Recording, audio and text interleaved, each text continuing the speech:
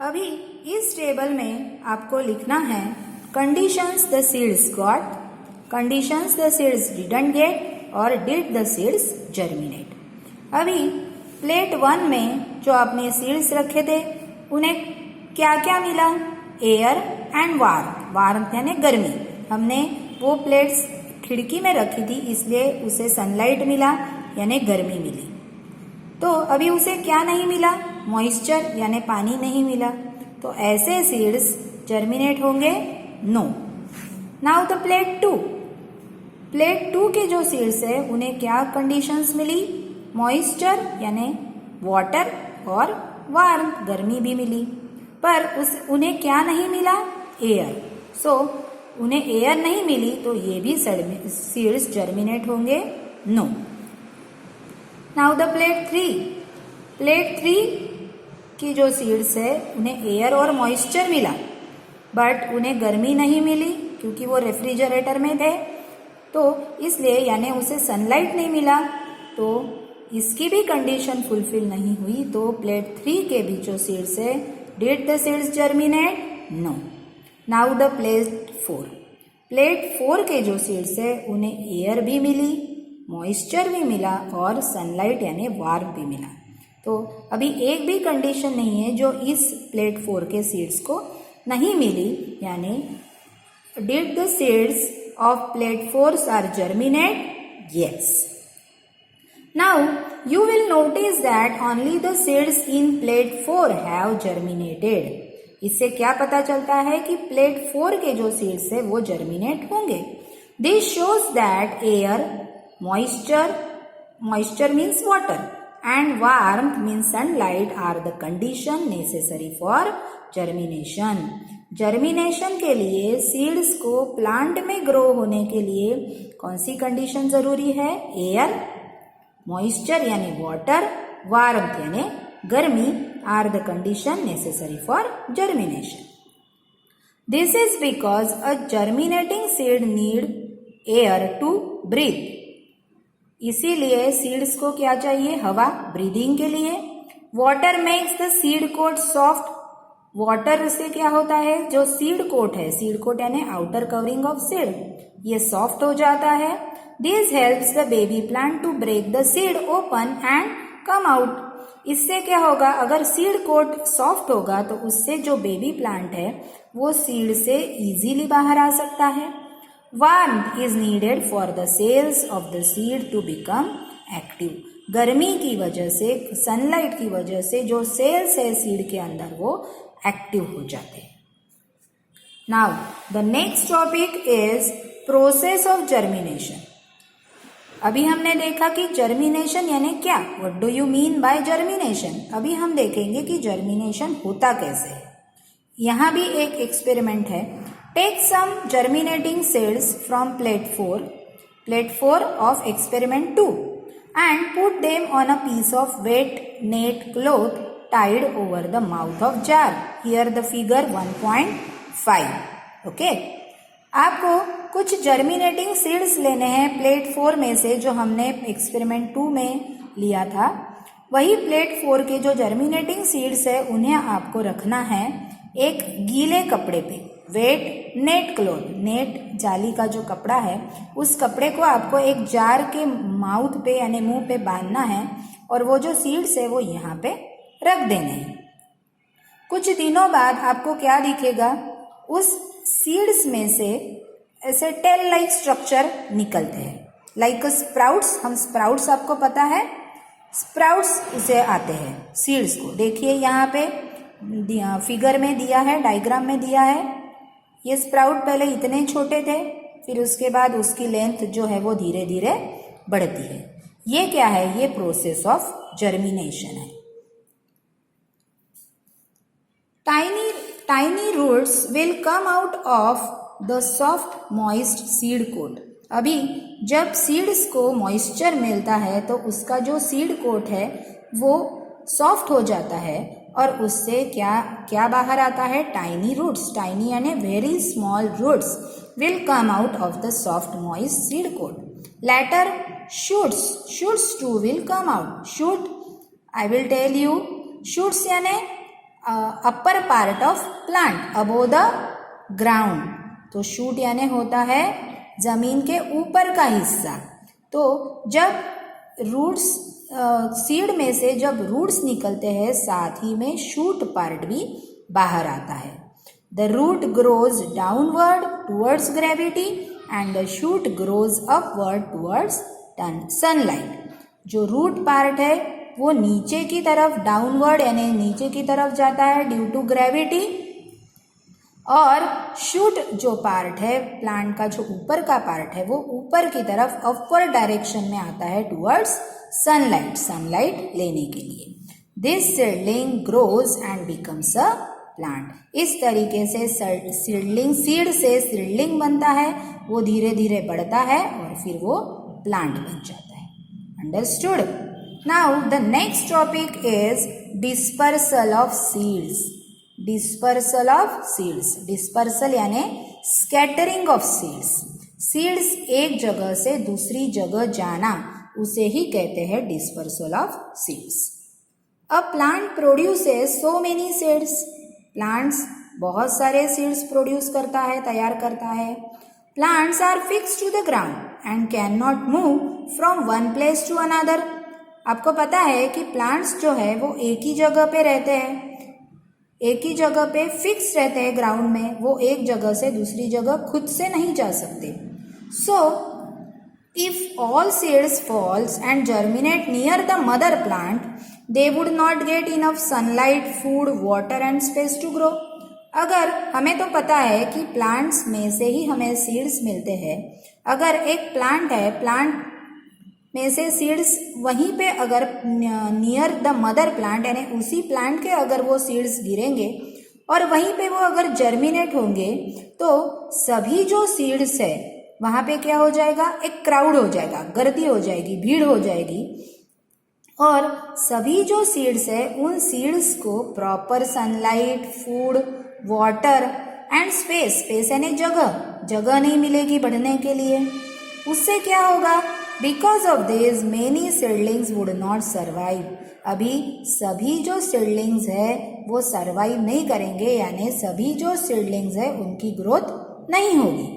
Hence there are some agents in nature to scatter the seeds. This process of scattering of seeds और fruits away from their parent plant is called dispersal of seeds. अभी इसके लिए या nature में कुछ agents है, कुछ ऐसे एजेंट्स है जो क्या करते हैं, इस सीड्स को मदर प्लांट से दूसरी जगह दूर लेके जाते हैं। स्कैटर यानी दूर जगह लेके जाना, move from one place to another. तो ये जो प्रोसेस है, this process of scattering of seeds और फ्रूट्स के अंदर ही सीड्स रहते हैं। तो स्कैटरिंग ऑफ सीड्स और fruits away from their parent plant is called dispersal of seeds. Okay, इस प्रोसेस को कहते हैं डिस्पर्सल ऑफ सीड्स। अभी नेक्स्ट टॉपिक जो है वो है एजेंट्स ऑफ डिस्पर्सल। अभी हमने इस टॉपिक में देखा कि नेचर में कुछ ऐसे एजेंट्स है जो डिस्पर्सल ऑफ सीड्स करने में मदद करते हैं। तो अभी वो कौन से एजेंट्स है वो हमें देखना है। Dispersal is carried out by wind, water, animals and by the explosion of fruits. These are called agents of dispersal.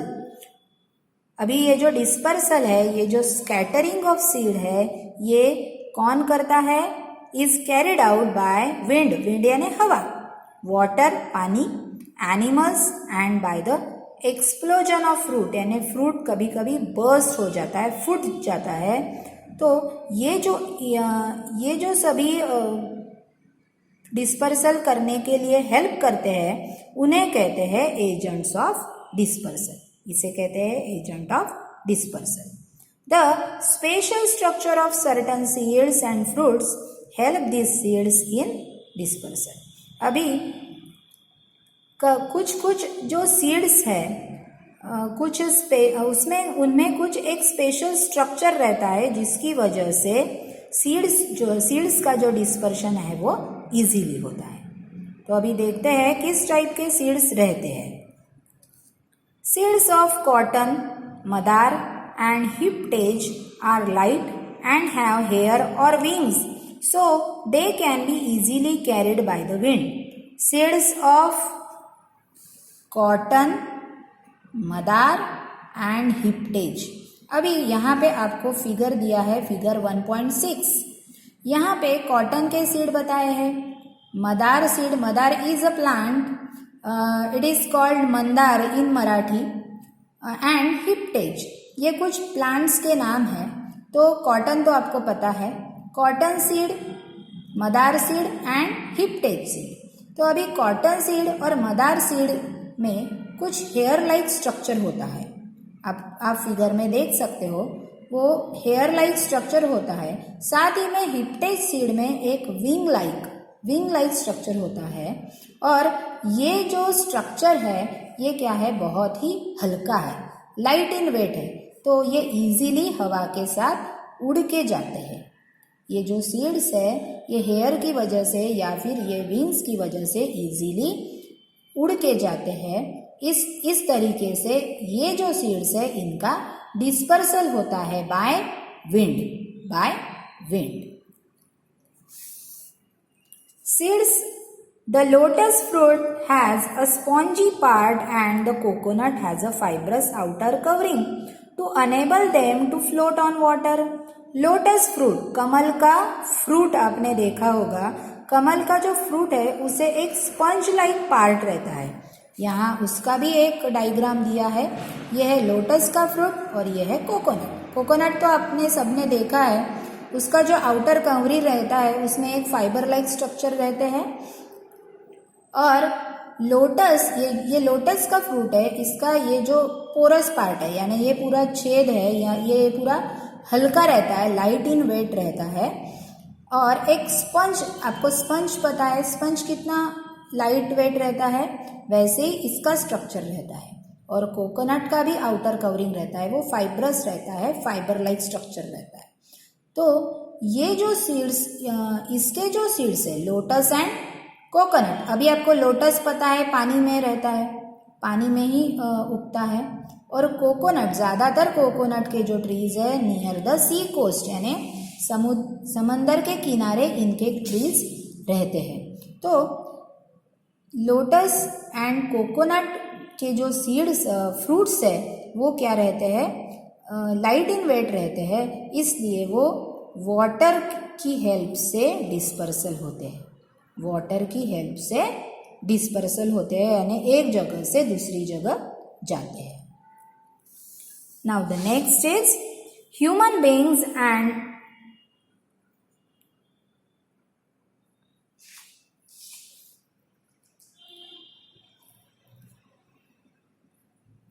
Human beings and animals eat fruits like cherries and mangoes and throw away their seeds. अभी हम लोग कभी mango खाते हैं या फिर cherry या फिर वाटरमेलन, ऐसे बहुत सारे फ्रूट्स खाते हैं। एनिमल्स भी बहुत सारे फ्रूट्स खाते हैं। तो हम क्या करते हैं, उसके जो सीड्स है वो फेंक देते हैं। तो कुछ जो सीड्स है इस तरीके से क्या हो गया, स्कैटरिंग ऑफ सीड्स हो गया, और वो जो सीड्स है कहीं जाके गिरते हैं और फिर उससे नया प्लांट्स तैयार होता है। Some seeds have hooks, spines और स्टिफ हेयर।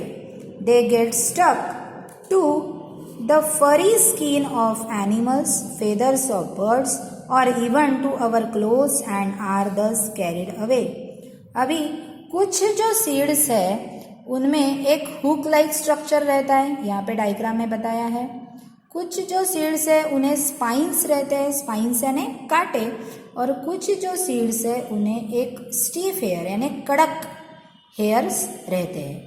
ये हुक्स की वजह से, हेयर की वजह से या फिर ये स्पाइन की वजह से ये कभी कभी एनिमल्स के बॉडी पे स्टिक हो जाते हैं, चिपक जाते हैं, अटक जाते हैं, या फिर बर्ड्स के जो फेदर्स है उनमें लग जाते हैं, इवन हमारे कपड़ों पे भी ये लग जाते हैं। तो इस तरीके से ऐसे जो सीड्स है इनका भी डिस्पर्सल होता है, स्कैटरिंग होता है bye animals and human beings also.